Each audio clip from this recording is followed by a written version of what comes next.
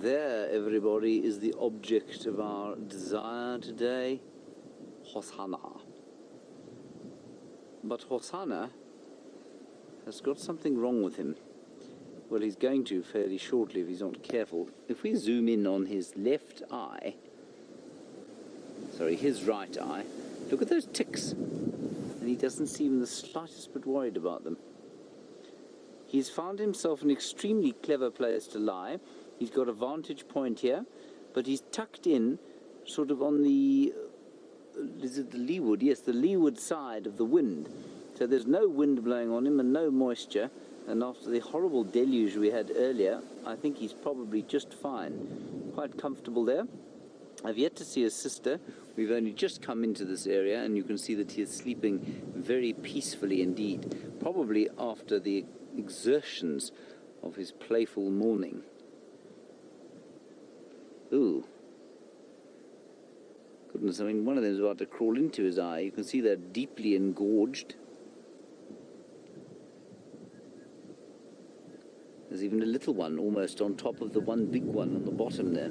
Anyway, they don't seem to be bothering him in the slightest. We'll keep an eye out for Shongile. I'm sure she's not far away from here. If you have just joined us, perhaps you're watching us as a result of the TV shows that we've been doing. This is an 11-month-old leopard, almost, well, just 2 weeks shy of his first birthday, and his sister Shongile. The two of them, the offspring of Karula, the queen of Djuma, as we like to call her. She is the leopardess that we know best and around whom we've spent such an enormous amount of time. And she's not just special because we've spent so much time around her. She's highly successful. She has managed to raise 10 cubs. These are her 10th cubs. She's about to have her 13th birthday. Whereupon she will pass into middle age, pushing old age.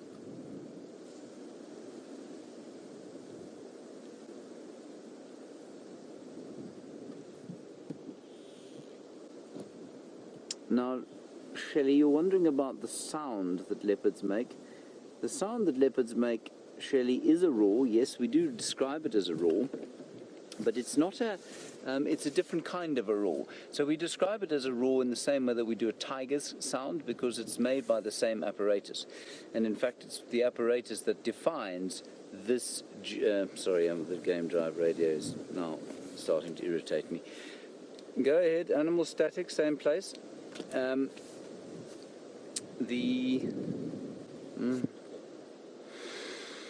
Excuse me. Treehouse Dam Road, just come along Treehouse Dam Road, just to the south of the road, west of, at least just east of Shibam Road.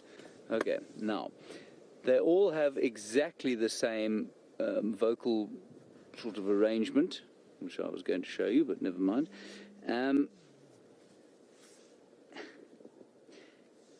And how it works is that the vocal cord, or the vocal box, unlike ours, which is kind of fixed in place, and unlike sort of domestic cats, which are fixed in place, theirs is not fixed in place, it's elastic, which means that it moves up and down, it vibrates, and that creates this very loud sound. So you've obviously heard a lion roaring, Shelley, and it makes a very loud kind of grinding call at the end of its roar.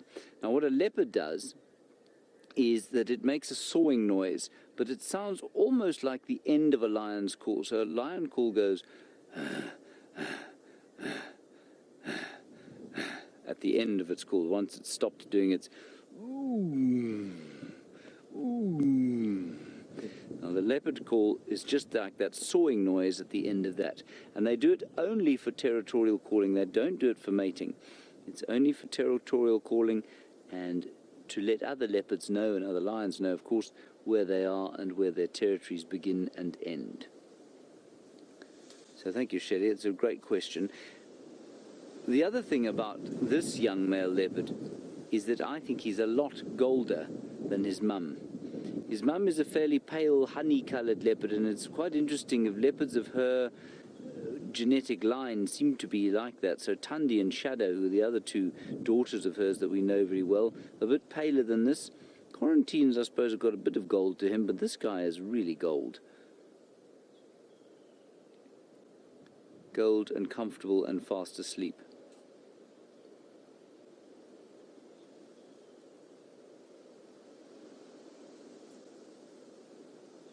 Yeah, and I don't know about that. You say, would Mum need to de-tick him? Would she de-tick? You know, she probably would. If she was around, I think she probably would pull those ticks off him. I think he'll do it himself eventually. I think they'll start to irritate him, and he'll get itchy there, and he'll eventually pull them off. But I've seen his mum with very similar arrangement of ticks all around the ears.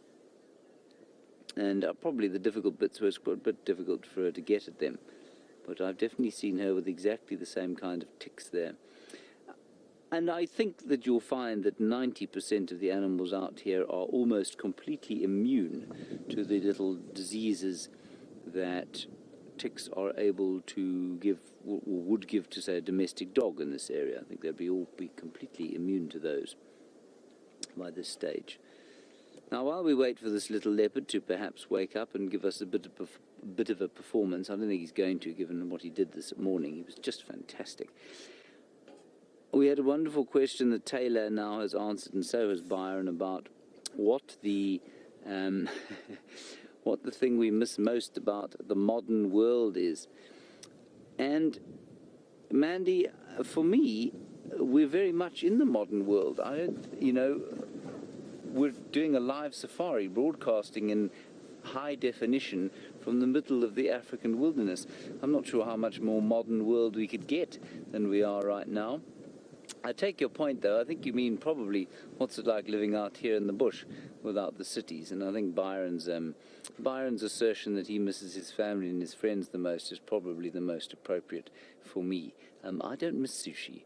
I've eaten sushi a few times. I find it to taste much like all other sushi. Basically, it tastes like soy sauce and that rather vicious wasabi sauce with a bit of sort of filler thrown in and the mild fishy flavour. So unlike Taylor, sushi is not something I miss out here. Probably family. But it's what we do here is so technically sort of off the scales that it's very difficult to think of myself as living in anything other than the most modern kind of world, Mandy. Let's go back to little Hosana, and then we're going to do a little bit of a turn around the termite mound and see if his sister isn't on the other side.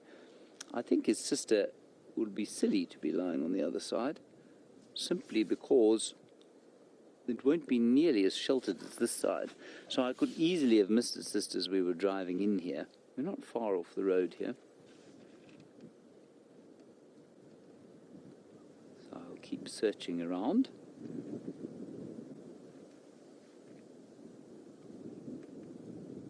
There we go. He is so fast asleep. Okay, let's just do a little turn forward here.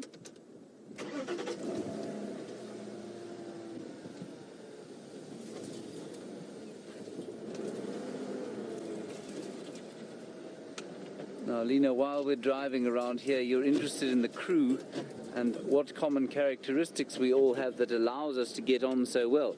We had a similar question the other day, and I said, while I was driving with Brian, I said, who says that we get on well? But it is the impression that is created, and it's true. Excuse me a second, there's just a rather nasty stump on the road here. That's not really a road, is it, Craig? We get on with each other, I think, largely because we have very big stump, a common goal, and that common goal is to produce a great live wildlife show. But I honestly couldn't give you the exact answer to it, because the people here are the greatest bunch of, oddities I've ever met in terms of humanity. None of us are from the sort of top drawer of normality, I must tell you. And it astounds me on a daily basis that we manage to get on with each other as well as we do. Well done, Craig. Craig, the Maltese falcon, the latest addition to the hodgepodge of eccentricity that is the Wild Earth staff.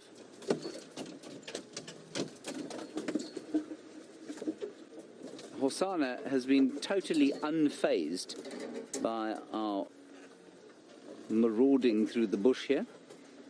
I think I see his sister. Do I see his sister's tail? No, I don't. Now these trees we're running over are the Strychnos madagascarensis, my worst tree out here. They are an encroacher species. I feel nothing for running them over, but they also like to stand up again. Unfortunately. Oh, I don't know where Sister is. Sister is probably being productive and gone off hunting. All right, let's head across to Taylor while I try and find her, and we'll catch up with you, hopefully, with Shongile shortly. Oh, he made such a nice performance for everybody. He stood up and had himself a little bit of a vomit, and then he's obviously feeling a little peaky, so he's gone back to sleep. So where the other one is, I don't know. We drove all the way around this termite mound and I'm afraid came up with nothing at all. So we're going to sit with him for a little while, and hopefully Shongile will pitch up, or better still, Karula will pitch up with their next meal in tow. Well, not in tow, she would have stashed it and then she'll take them back to it. The last time they ate was a duiker, which was not yesterday, it was 2 days, it must have been on Saturday. They ate a duiker on Saturday. They've just come to Treehouse Dam Road, and you'll see me off the road, just to the south of the road, just east of Shibam Road.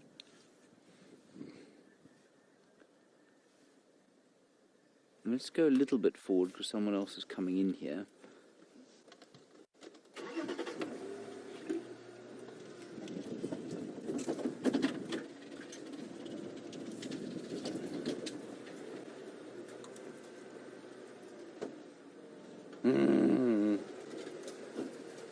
This is becoming increasingly frustrating. He's very good at hiding his face when he doesn't wish to be seen.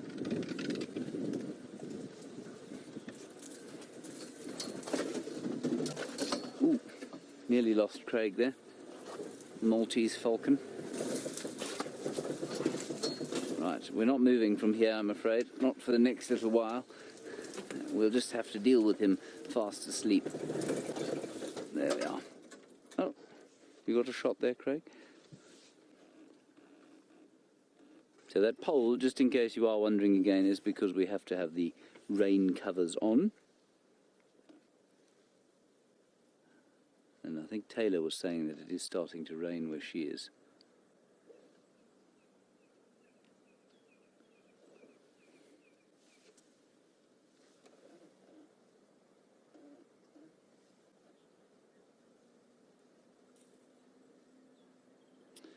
Hello Ali, you're a new viewer and it's lovely to hear from you, and thank you very much for getting hold of us.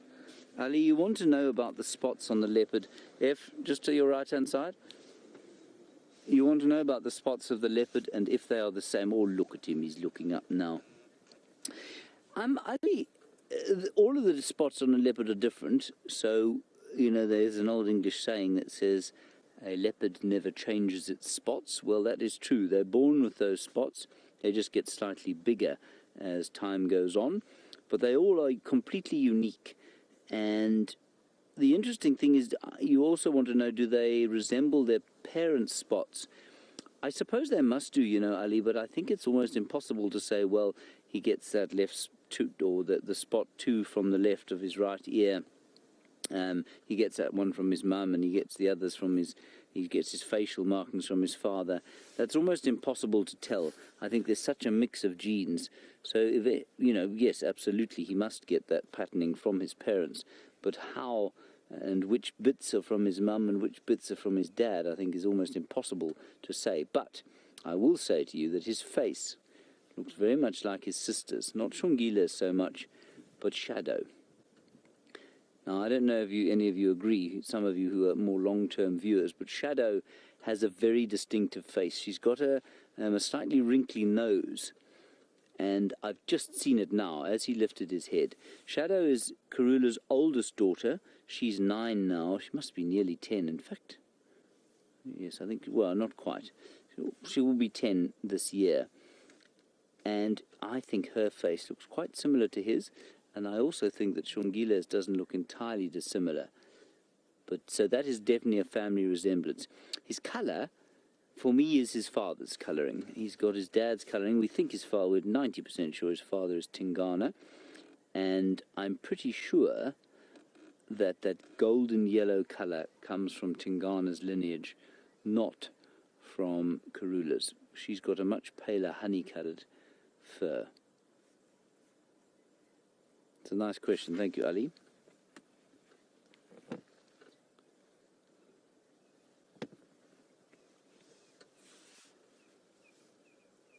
Yeah, Michael, this is something of a mystery for us. You say you're surprised to see the amount of white that he has on his belly and on his tail. And you say, is this usual for all leopards or only leopards in Africa? It's pretty usual, I believe, for all leopards, all 9 subspecies of them, all the way from the Amur leopard of eastern Russia down to this one here in southern Africa. Why they should have a white belly, though, I've yet to kind of discover. And it's safe to say that perhaps, you know, white obviously has no pigment in it, and it's therefore less expensive to make for the body than that yellow or the black colouring. And maybe because the white part of the fur is never seen, you know, it's the underbelly, and when they're on the hunt, of course, they don't need to be camouflaged there. Perhaps that's got something to do with it. I'm about to be mortally attacked, Craig. Can you see? There's a mortal attack going on here. There's a spider, everybody. And it was... I'll just try and get it to crawl onto me, but I don't want it to bite me. I don't think it's a venomous spider, but I can't tell exactly. Anyway, if he comes back up, we'll show him to you. Let's go back to the leopard.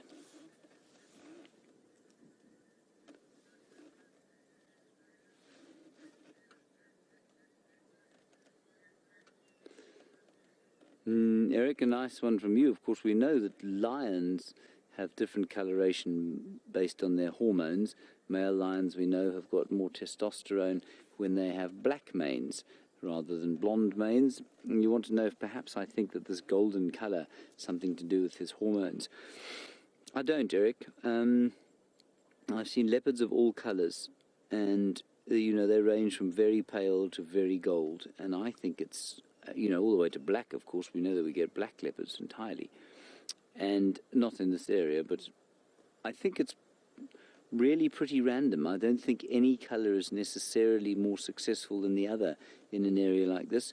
I don't believe that his golden colour will be anything of an advantage or a disadvantage to him as he sort of makes his way in the world here, compared with his mother, who is highly, highly successful, and she's much paler.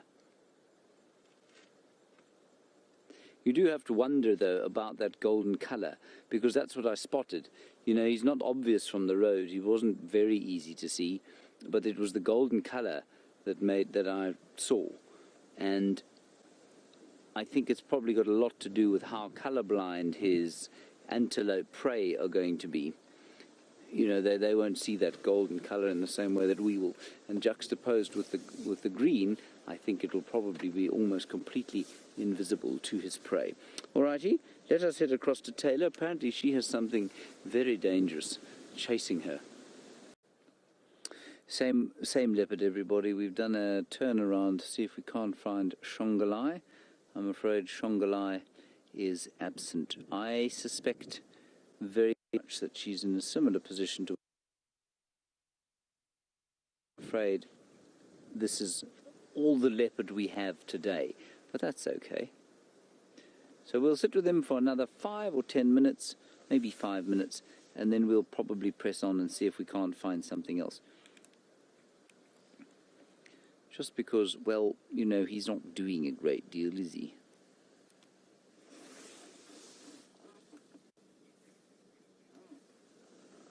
Ah, Dan, I love this question, and it's a very good one. You say, I said that female leopards can have that leopard cubs can have multiple parents or multiple fathers, you know, from the same litter. And so you say, is it possible that Shongile and Hosana have different fathers? Dan, it is possible, we think. But no one knows for sure whether or not leopards do exhibit multi-paternity. We know that dogs do. We know certainly that there are a number of rodent species that do, but we're not sure if it happens in the cats and if it happens in leopards specifically. So it is possible. We know that Karula did mate, well, she mated largely with Tingana during the course of her, well, while she was sort of conceiving these two. In fact, she mated with Tingana 6 times, I think, before she conceived these two chaps. It's, I would say, almost 90% certain that these two cubs are the offspring of Tingana. There is a suspicion that she went off to have a bit of a session, as it were, with the Anderson male, but I'm not sure how much, how true that is. But we do know of many instances where leopards and estrus will absolutely go and mate out of their territories in other male territories and mate with more than one male at a time. Now, the trick, of course, behind that is to try and prevent infanticide and to try and make sure that all the male leopards in the area think that your little ones belong to them. Because if they think that, then they're unlikely to kill them. And his golden color is interesting. I mean, if you were to just show me this leopard and say this is Karula's son, I'd have said, forget it. There's no ways that a leopard that gold could be Karula's son. But his maternity can never be in question. But his paternity, maybe. But Tingana's pretty gold. I'm pretty sure he's Tingana's son. She did so much mating with him over such an extended period that I can't see how he could be anyone else's but Tingana's. So we're going to go with Tingana unless the DNA proves us wrong. Now, we are doing DNA tests. Panthera's doing it. We've gathered dung from just about all the leopards in the area. And that will help us to do DNA tests because, of course, the only really certain way to make sure that a leopard is related to another leopard is through the DNA. It's not possible to do it through the look, and I know a lot of people say, well, of course he looks like, I just did it. I said that he looks like Shadow.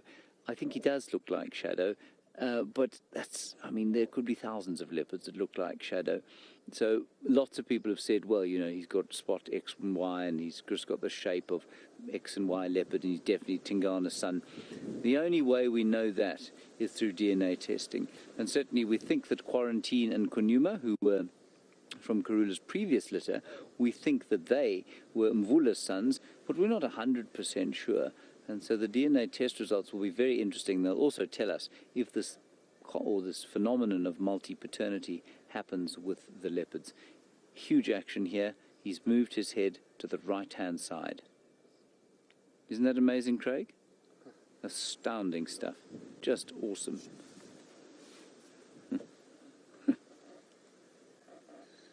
Marvelous stuff.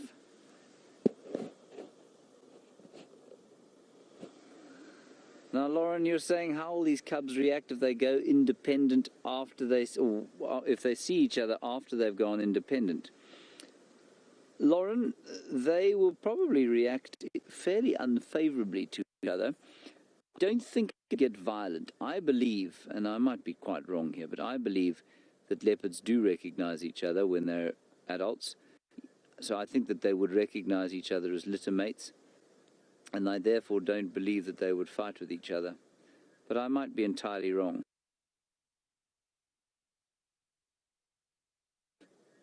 I think it's highly unlikely that he have a fight with his mother, for example.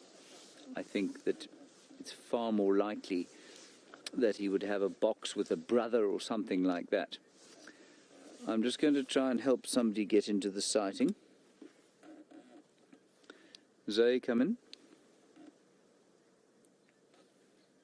Zoe, the animals are not on Shabama Road. You need to take the road closest to Gari Main and head east along that road towards Treehouse Dam. There are about 100 meters along that road on the southern side of the road.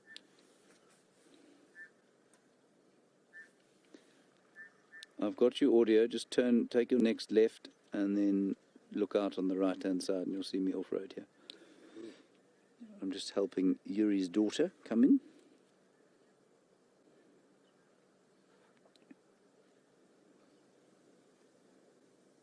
He is so fast asleep.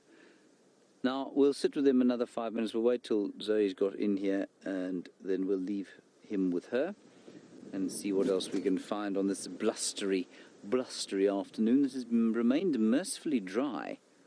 We could have sent Byron out on foot, but I think he's had quite a lot of fun there in the tent. Certainly making hilarious jokes about fun guys. Ha ha ha. How you must all have laughed. Turn right, Zoe.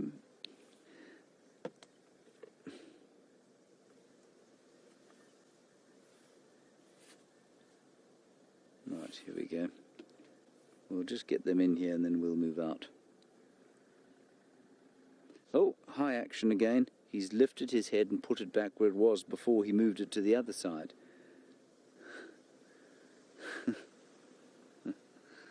All right, I think everybody, let's leave this little fellow.